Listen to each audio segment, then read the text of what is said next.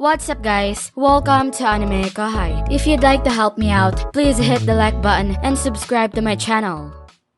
Guy went into a detailed explanation of skills, revealing a hidden secret about how the world's mechanics worked, generously sharing his knowledge with us. He explained that the world's laws were established by Veldanava, but those with administrative authority could also influence them. And even without that power, one could manipulate the laws by infusing their desires into magical energy, known as magicules, which defined magic as a form of power. A skill, on the other hand, was a structured ability that could impact these established laws. Guy further elaborated, stressing that skills rooted in steadfast souls, activated by their pure energy, made up the ultimate skill of the angelic system created by Veldanava. Within this system were 7 powerful abilities called virtues. When I faced Veldanava, he had many powers, but after stabilizing the world, he kept only the strongest one, the Justice King, while giving some away and releasing the rest into the world. These powers then entered the circle of reincarnation, appearing as skilled and resilient souls. However, the might of ultimate skills made them unique, able to mix with other skills or become a virtue-type unique skill while retaining authority. Guy explained. The comparison between the virtue skill system and the deadly sins skill system highlighted the idea of virtues versus sins, or angelic versus demonic distinctions within the skill systems. Guy explained that the virtue system did not actually contain 7 ultimate skills, contrary to what I had believed. The wisdom King Raphael I had received seemed to have no connection to the virtue system, evolving from the great sage. As someone who tends to keep things straightforward, Guy's explanation persuaded me. However, Ruminas posed another question, seemingly without any concealment. Guy, if you have information, please share. Are there really 7 angelic system skills? And what can they do? Upon pondering about it, I found myself curious about the same thing. Apparently, the other demon lords also shared a similar interest. Well, it seems you are all quite invested in this topic. Very well, let me explain. Let's start with the 7 virtues of the angelic system. Guy shared his vast knowledge. These were the 7 virtuous powers that Veldanava was believed to possess. According to Guy, the ultimate skill, Justice King Michael, which focused on mental control, was the most powerful skill in the chain of command, akin to an absolute defense, like the formidable Castle Guard. The ultimate skill, Knowledge King Raphael, dedicated to managing the laws of the world, specialized in providing support. The ultimate skill, Covenant King Uriel, specialized in spatial management and overseeing events. The ultimate skill, Hope King Sariel, responsible for managing the cycle of life and reincarnation. The ultimate skill, Purity King Metatron, regulated laws, prevented interference, and selected pure energy. The ultimate skill, Charity King Regule, offered support and amplification to others, bestowed upon Velgrand. The ultimate skill, Patience King Gabriel, capable of stabilizing situations and responding to unexpected events, granted to Velzard. Those were the powers described. I was truly amazed by the amount of information provided. That sums up the skills, but at the moment, only 3 are known to exist. Veldanava gave his Justice King Michael to Rudra, who received his Covenant King Uriel in return. This is the skill that Rudra mastered. There may have been changes in performance.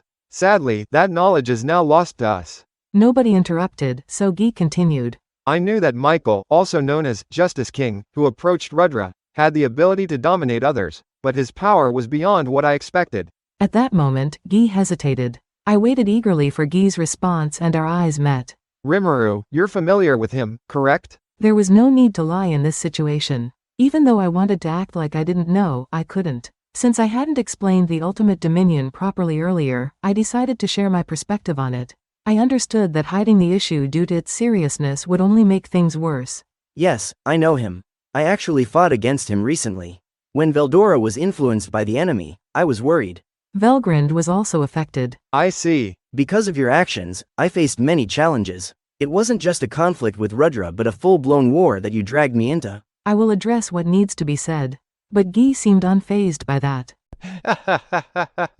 It all worked out since you won in the end. No, it didn't. Velgrand destroyed Ramirez's labyrinth, turning the area near our town into a barren wasteland. Despite the restoration efforts, I won't take any more requests from you. Driven by emotion, I raised my voice. I hoped that my outburst would discourage him from making unreasonable demands in the future. You have been using that kind of magic for a while now. So, what's your conclusion? I said, influenced by mistake earlier. Let me correct that. Michael's ultimate dominion is a dangerous power that gives total control over those with angelic ultimate skills. That sounds unbelievable. It is. Those who acquire the ultimate skill must have a strong will, whether they are human or demon, to be completely dominated. It's crazy to think that Veldora and Velgrund are both under Michael's control. I saw it with my own eyes, and it was unbelievable. I still can't wrap my head around it. It felt like a nightmare, something I never want to experience again. Rimuru's story was accurate. Velgrund has Charity King Regule, and Velzard has Patience King Gabriel. It makes sense. Considering the castle's destruction, there was definitely a major battle. I was in denial, but it's clear that Velzard is now on Michael's side. My worst fear came true, and I was completely overwhelmed. Does this mean Velzard has turned against us? Yes, de Gruel. This is a huge problem. Guy's confirmation worried de Gruel, who understood the danger Velzard posed from their history. I, however, had limited knowledge of her. She's definitely a threat, but I can't determine the full extent. I couldn't assess how dangerous she really is. Did you manage to defeat and capture her somewhere? Rimuru, do you honestly believe things would be that simple? I was annoyed by Guy's surprise and the reality check he provided. It's sad. Velzard is now on Michael's team. I muttered, mirroring everyone's feelings. True. Leon sighed in disappointment. I had a feeling, but this is truly unfortunate. Ruminas said with a serious expression. It's only natural that he can't defeat us since he let Guy escape without a fight. Don't worry. 7 of the 8 stars are still here, and the others are strong too. Let's show our power and prove our might. Why is Milam so happy? There seems to be an issue with the true dragon's blood, just like I thought. Most folks were aware that the situation wasn't great, but then came the added unpleasantness.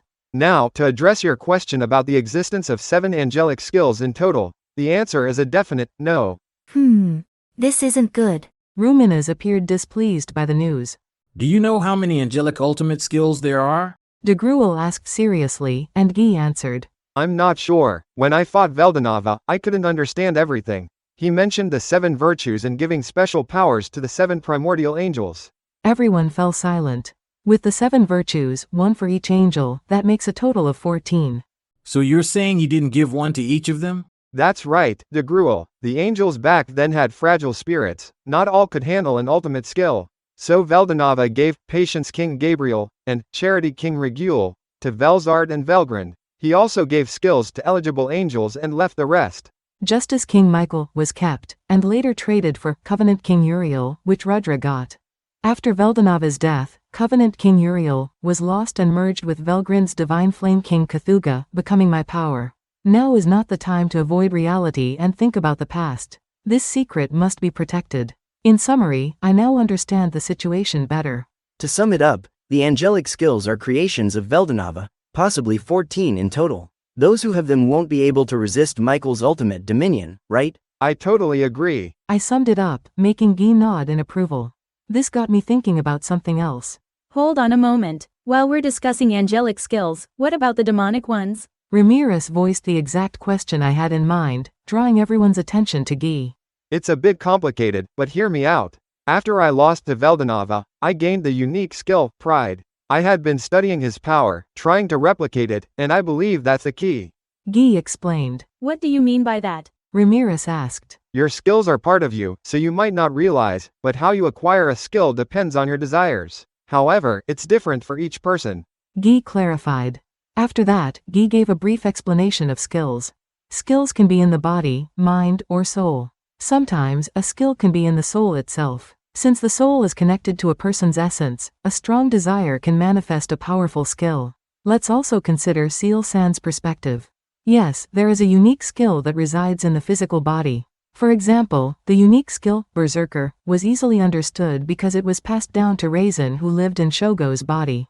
There are many similar cases, but I agree that a soul-based power holds more strength. It can be hidden easily, hard to steal, and can be a strong asset.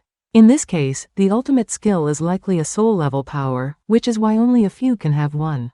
But that's not all. There are 2 ways a skill can be rooted in the soul, just dwelling, or engraving. For example, Seal San is a part of my soul. They are connected, making it impossible to steal. However, it's best to keep it a secret. The same goes for an ultimate skill. If it's just in the soul, it can be taken, but if it's engraved, there's no risk. However, detecting this would be a challenge. While I was thinking about all this, I overheard the conversations happening around me. I want to go back to what I was saying earlier. So, you're suggesting that Veldanava's power became a part of the reincarnation cycle and eventually found a strong soul to inhabit. Exactly, but in my case, I didn't inherit any of Veldanava's power. I didn't get any special powers like Ramirez did. I created my own power by trying to mimic pure strength. And that power is The demonic system, he said. I see now. So, my lustful king Asmodeus is basically just a weaker version, right? not quite. If a skill comes from your own will and desire, it can be just as powerful as the original. I was hesitant to say this, but my pride has transformed into the ultimate skill, Pride King Lucifer. It's as strong as the angelic system, and your determination decides the outcome. You always say such deep things, Guy. Okay then. So, if I understand correctly, you think there are at least 14 ultimate skills related to the demonic system, right? Probably. Just like how demons came from angels, demonic skills might have originated from angelic ones. At least that's my theory. It seems like my idea was right all along. The connections in this world are really vast. If there is a link between a hero and a demon lord, then there must be a connection between skills as well. At the very least, Veldanava's 7 virtues must have opposing deadly sins that developed from the original 7. It looks like Guy's Pride King Lucifer is connected to Rudra's Covenant King Uriel. Then, Guy gives his predictions. Ultimate skill, Justice King Michael, matches up with Wrath King Satanel. Ultimate skill, Knowledge King Raphael, is paired with Gluttonous King Beelzebub. Ultimate skill, Hope King Sariel, corresponds with Sloth King Belphegor. Ultimate skill, Purity King Metatron, is linked with Lustful King Asmodeus. Ultimate skill, Charity King Regule, is connected with Greedy King Mammon. Ultimate skill, Patience King Gabriel, is associated with Envy King Leviathan. He suggested that there could be a connection between all of them. I was left speechless when I realized that I possessed a skill that had already been sacrificed. That's it for this video, guys. Thank you for always watching my videos and supporting my channel. A big thanks to the AnimeKouhai patrons who made this video possible.